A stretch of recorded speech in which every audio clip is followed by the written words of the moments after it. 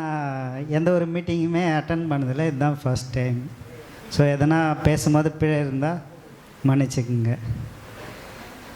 எல்லாருமே எல்லாமே பார்த்தீங்க இல்லையா? அந்த பலூன் ஸ்டோரி யார் யார் பார்த்தீங்க? கை தூக்குங்க. எல்லாருமே பார்த்தீங்க இல்லையா? அதில் பலூனை என்ன பண்ணாங்க? சில பேர் உடைச்சிட்டாங்க, சில பேர் பத்திரமா பாதுகாத்துக்கிட்டாங்க, சில பேர் ட்ரை பண்ணாங்க, ஆனால் அது வேலைக்காகலை. இந்த மாதிரி தான் நம்ம லைஃப் கூட போயிட்டுருக்கு. இதில் +2 எத்தனை பேர் படிக்கிறீங்க? 10th +1? ஓகே. எல்லாருமே அடுத்த கட்டத்துக்கு போக போகிறீங்க இல்லையா? நான் ஒரே ஒரு பைபிள் வசனம் மட்டும் யாராவது ஒருத்தர் வாசிக்க முடியுமா? 1 கொரிந்தியர் 1:27.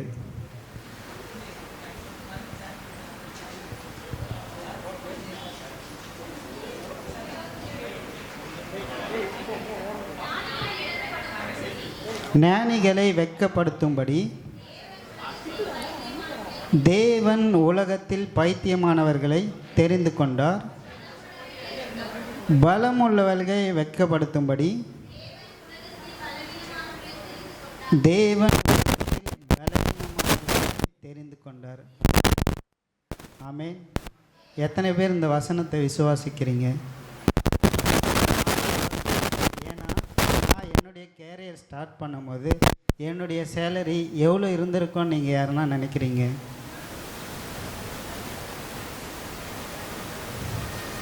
20,000? அவ்வளோ. என்னுடைய கேரியர் நான் ஸ்டார்ட் பண்ணும்போது என்னுடைய சேலரி வெறும் 2,000 ரூபாய். அதற்காக நான் காலையில் 5 மணிக்கு எழுந்துக்குவேன், நைட்டு 12 மணிக்கு 14 hours டியூட்டி எங்கள் ஹாஸ்பிட்டலுக்கு. ஆனால் இப்போ கடவுள் நல்ல சம்பளத்தை கொடுத்துருக்காரு, நல்ல பிளேஸ்மெண்ட் கொடுத்துருக்காரு.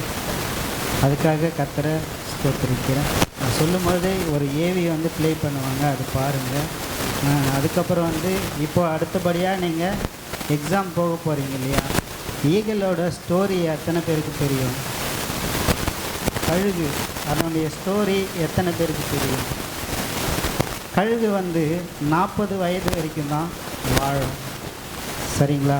40 வயது வரைக்கும் தான் வாழும். அதுக்கப்புறம் அது இன்னும் 30 வருஷம் வாழ ஆசைப்படும். அந்த வாழ்க்கையை அடையும். எப்படி அடையும்னா, அந்த 40வது வயது அடையும் பொழுது அதோட அழகை உடச்சிக்கும். ஏன்னா அந்த அழகு தரமற்ற முறையில் மாறி போகும். அந்த அழகு புது அழகு வரணும்னு சொல்லிட்டு அந்த அழகை பிடுங்கி உடச்சி போட்டுரும். அதுக்கப்புறம் அதோடைய இறகுகளை அதுவே பிடுங்கி பிடுங்கி போட்டுரும். அதோடைய கால் நகத்தை அதுவே பிடுங்கி போட்டுரும். அப்படி ஒரு சிரமத்தை அடைஞ்சு அதுக்கப்புறம் நெக்ஸ்ட் ஸ்டெப்பு அதை அடையும் பொழுது 41வது வயது அடைஞ்சு இன்னும் 30 ஆண்டுகள் நல்லா வாழும், உயர உயர பறக்கும். சரிங்களா? அந்த மாதிரி நீங்கள் அடுத்தபடியாக போக போகிற எக்ஸாம் முடிச்சுட்டு அடுத்த ஸ்டெப் நீங்கள் போக போகிறீங்க. எக்ஸாமில் ஆண்டவர்கிட்ட ஜெபம் பண்ணுங்க, வேணாம் சொல்ல விசுவாசிங்க. கரெக்டு, விசுவாசிக்கணும், ஆண்டவரை முழுமையாக நம்பணும். ஆனால் படிக்கிறது ஏசப்பா படிக்க மாட்டார், காதில் விட்டு கொடுக்க மாட்டார் ஏசப்பா. கரெக்டா? நீங்கள் தானே எழுதணும். இங்கிலீஷில் 10th படிக்கும்போது நான் எவ்வளோ மார்க் எடுத்திருப்பேன்னு நினைக்கிறீங்க? இங்கிலீஷ் சப்ஜெக்டில் கேட்குறேன். அண்ணா வெள்ளை சேட்டை போட்டுங்கிறாரு, 100க்கு 100 எடுத்திருப்பாருன்னு நினைக்கிறீங்க. எவ்வளோ எடுத்திருப்பேன்னு நினைக்கிறீங்க? எவ்வளோ? 25? 35? ஆமாம். ஏன் எல்லாருமே அதான் எடுத்தீங்களா? நான் அது கூட நான் எடுக்கணும்னு எழுதலை. நான் 10th போகவே மாட்டேன் சொல்லிட்டேன். வீட்டில் என்ன சொல்லிட்டேன்னா, நான் ஒரு மாதம் நின்றுட்டேன். 9th முடிச்சு 10th போனேன், ஒரு 3 மாதம் போயிருப்பேன். அதுக்கப்புறம் என் 10th நான் மெக்கானிக் ஷாப் வேலைக்கு போகிறேன், நான் ஷோரூம் வைக்க போகிறேன், பெரிய ஷோரூம் வைக்க போகிறேன் அப்படி சொல்லிவிட்டு நான் 10th போகல. நான் ஒரு 3 மாதம் 4 மாதம் வீட்டிலே இருந்துட்டேன். அதுக்கப்புறம் வீட்டில் அண்ணா எல்லாருமே சொன்னாங்க, நீ போய் படித்தா தான் முன்னேற முடியும், படிக்கணும் அப்படி இப்படி நிறைய சொன்னாங்க. எனக்கு சரி பாஸ் ஆகி தான் பார்ப்போமே சொல்லிட்டு, நீங்கள் நம்ப மாட்டீங்க, வெறும் அரை பேஜ் மட்டும்தான் எழுதிட்டு வந்தேன். அதுவும் எப்படி தெரியுமா எழுதுனேன்? எல்லாம் சொன்னாங்களே, ஃபஸ்ட்டு கொஸ்டின் எழுதிட்டு 2வது இருக்கிற கொஸ்டின் ஃபஸ்ட்டு கொஸ்டினுக்கு ஆன்சராக எழுதிட்டேன். அப்படி தான் எழுதுனேன். எப்படி மார்க் போட்டாங்க தெரில. ஆனால் ரிசல்ட்டு பார்க்கும்போது எனக்கே ஆச்சரியமா இருந்துச்சு. நான் பாஸ் ஆகிட்டேனா, நான் பாஸ் ஆகிட்டேனா, எல்லாம் நல்ல மார்க்கு. பசங்களாம் வந்து டேய் நான் 100 மார்க் எழுதுனேன், 60 மார்க், ரொம்ப கஷ்டமாக இருக்குது மாப்பிச்சான் அப்படின்னு சொல்லிட்டு ரொம்ப கஷ்டப்பட்டேன். ஆனால் நான் ரொம்ப சந்தோஷமாக இருந்தேன், ஏன்னா நான் பாஸ் ஆகிட்டேன். ஸோ அந்த மாதிரி நான் சிரிக்கிறதுக்காக இது சொல்ல. நிறைய விஷயங்கள் எக்ஸாம் அப்புறம் ஒரு வேளை நீங்கள் நினச்சது நடக்காமல் போகலாம், உங்களுக்கு எதிர்மறையான விஷயங்கள் நடக்கலாம். ஆனால் நீங்கள் எந்த ஒரு பாசிட்டிவான விஷயங்கள் இன்றைக்கி நான் வேலை செய்கிற ஹாஸ்பிட்டலில் இது நடந்த ஒரு விஷயத்த சொல்ல. நான் வேலை செய்கிற ஹாஸ்பிட்டலில் வார்ட் பாய்ஸ் இருப்பாங்க இல்லையா, அட்டெண்டர்ஸ் சொல்லுவோம்.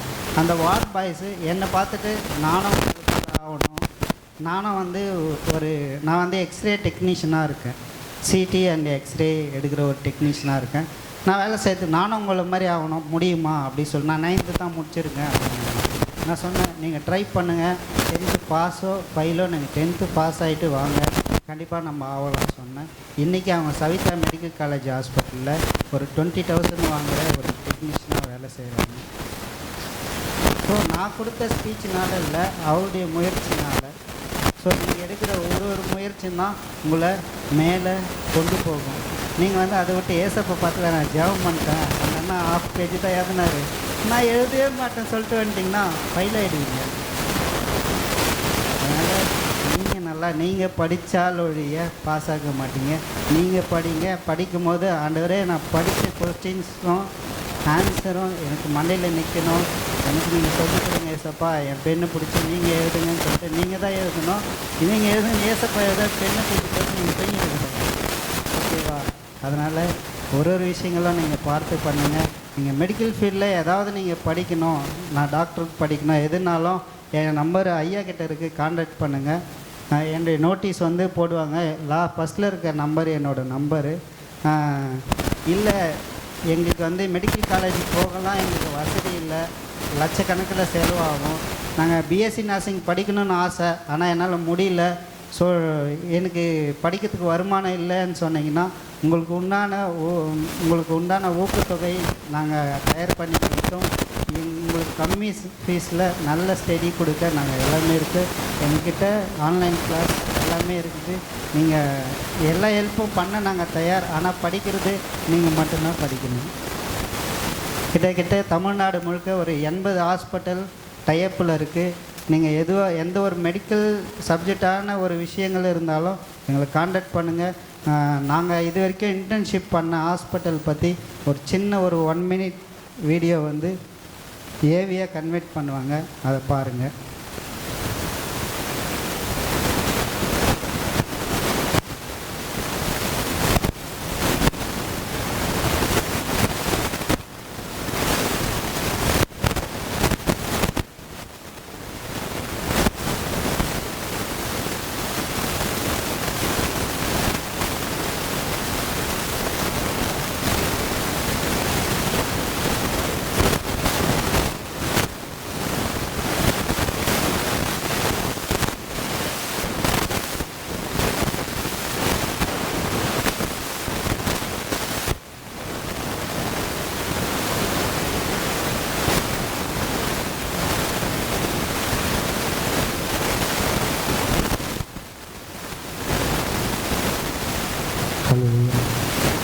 இன்னொரு விஷயம் என்னென்னா, நான் என்னுடைய ஒரு சின்ன சாட்சியை மட்டும் நான் சொல்லிக்கிறேன் பாஸ்டர்.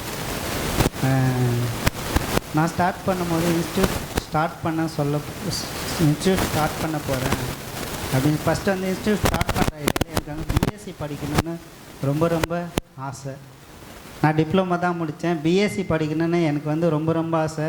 கிட்டத்தட்ட ஒரு 3 வருஷம் அலைஞ்சேன். எம்ஜி யூனிவர்சிட்டி போனேன், அண்ணாமலை யூனிவர்சிட்டி போனேன், சவிதா மெடிக்கல் காலேஜ் போனேன், நிறைய இடம் போனேன். இன்னொரு இடம் வந்து ஜாயின் பண்ணி ஒரு 6 month போனேன். அதுக்கப்புறம் அவங்க என்ன சொல்லிட்டாங்கன்னா, நீங்கள் வந்து தகுதியே இல்லை, உங்கள் சர்டிஃபிகேட்லாம் வேல்யூ இல்லை, நீங்கள் வந்து நிராகரிக்கப்பட்டீங்க, அடுத்த வருஷம் வேணால் இது பண்ணுங்க சொல்லிட்டு ரொம்ப கஷ்டமாயிடுச்சு. என்னடா இது, நம்ம அவ்வளோ கஷ்டப்பட்டோம், அவ்வளோ ஆசைப்பட்டோம், கிடைச்சிச்சேன்னு சொல்லிட்டு அவ்வளோ ஆசைப்பட்டோம், ஃபீஸ்லாம் 1 year ஃபீஸ்லாம் கட்டிட்டுமே இந்த நேரத்தில் வந்து இப்படி சொல்கிறாங்களே சொல்லிவிட்டு, சரி எது நடந்தாலும் கர்த்தருக்கு ஸ்தோத்திரம் சொல்லிவிட்டு வந்துட்டேன்.